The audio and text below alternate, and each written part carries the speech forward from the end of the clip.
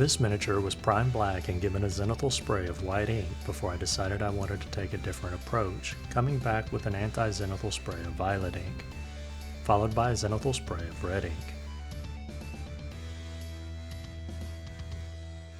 And finally a zenithal spray of peach ink for the flesh, bones, and wood. The cleanup of the model's mold lines, basing texture paste and airbrush took about 30 minutes.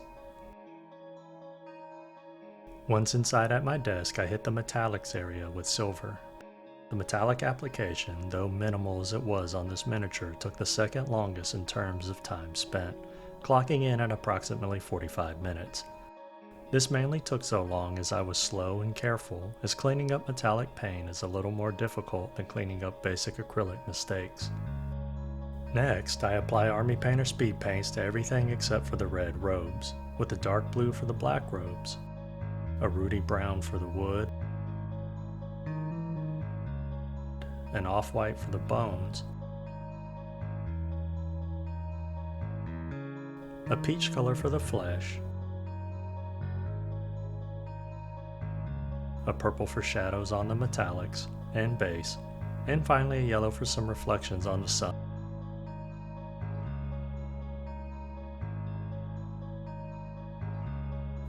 I had gotten a little heavy-handed with the yellow, so I came back with silver to add some edge highlights and dialed the amount of yellow back. After which I clean out my water cup to ensure all metal flecks are gone before I change to my good brush. But before that, I add a wash to the miniature using Mr. Weathering's multi-black and solvent mixed at a ratio until it leaves a nice dark lining in my old man knuckles. I apply this everywhere. The main reason why I wanted to add a dark wash is due to the pattern sculpted on the back of the cloak. It's a little hard to see, but I do want it to show. Once the wash is dry, I dip some makeup sponges in the solvent, press most of it out, and then test it on the back of my fingernail to ensure there's a little on there still, but not where any will run wild and remove the wash from the miniature's recesses. After the wash is completely dry, I move on to the acrylic layer highlights, but first, a word from today's sponsor. I'm just kidding. I barely got 1,000 subscribers at the time of this video. I ain't got no damn sponsors. But you can help that by clicking all of them good for me buttons, and it'll only cost you a few seconds of your time and less than 1 calories worth of effort. For the first highlights, I decided to knock out the robes as it consists of the most surface area. The red was more to add some saturation back into the robes, focusing mostly on the upper areas. The second orangish red would be the primary highlight.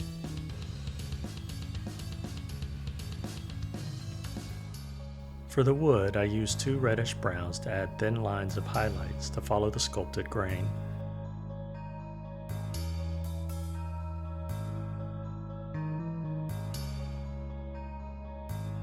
The second highlight here, I did my best to make it as a finer line, and to not cover everywhere the previous highlight was added.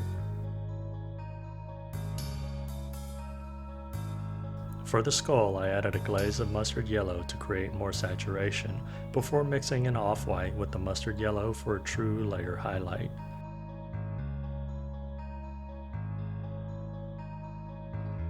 There will be another highlight added to the bones, but for sake of efficiency, I decided to save that for later.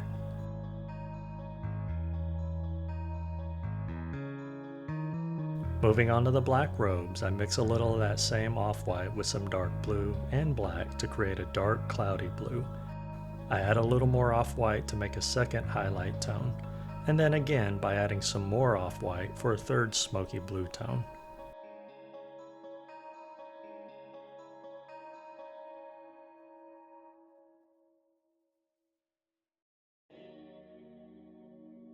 For the flesh, I added a highlight of peach, followed by a mix of peach and light pink.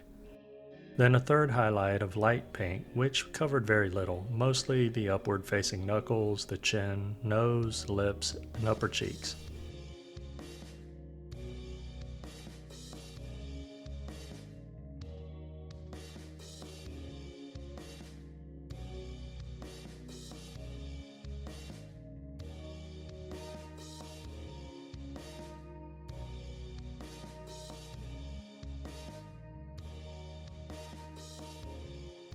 I then use the unmixed off-white to add some final highlights to the flesh and bones. These are just small touches on the points of the knuckles and fingers as well as the tip of the nose. Just a little touch to the chin and lips and upper cheeks as well. When I applied this to the bones, I mostly added it as small, jagged, stippled lines.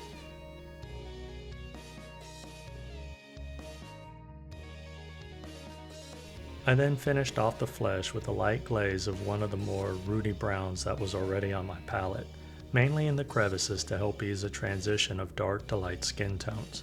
The layer highlights took the longest out of all the steps, coming in at about an hour and a half of effort.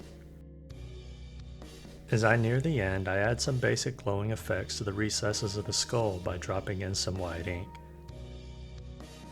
As it dried, I added some small red text to the metal plates on the staff, and then some red designs and black text to the scroll.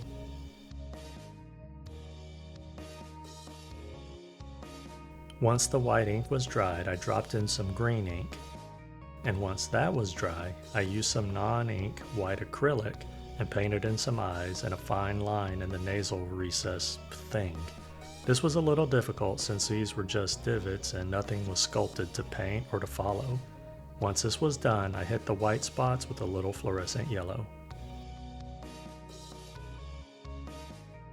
The last bits to finish was the base, which went quickly as all I needed to do was spread some PVA glue around with a dampened brush that I didn't care about before sprinkling on some flocking. I was determined to get the static grass gun to work, so after remembering to throw in batteries this time, I clamp it on and shake on some grass. It still failed to stand up, but I had the clip attached to the metal baking tray the miniature was on, so instead I tried clipping it to the plastic base. It didn't seem to work yet again, but after I shook off the excess grass from the first attempt, lo and behold, there was some standing up like I intended. It's about damn time. This is where I stopped. I really like the look of the scroll, mainly though I'm just glad I got the static flocking applicator to finally do what it's supposed to. All of the previous failures were all user error. The red robes look decent enough, as does the pupil placement in the eyes. Most of all, I'm really happy with the skull on the staff. The glowing effect is clean and easily readable despite its simplicity. I like the staff so much that I began writing a Dungeons & Dragons segment with a dangerous quote-unquote necromancer who has slowly become a cult leader and convincing the local townships into giving them all of their wealth and food stores. In exchange, he keeps them healthy through wicked means. The players will be sent to hunt him down, execute him, and put an end to his diabolical methods. The kicker? He's just a guy who has created a secret council. The food and money is being brought to the meetings and evenly distributed back across the townships to best battle starvation and keep the stability in those regions.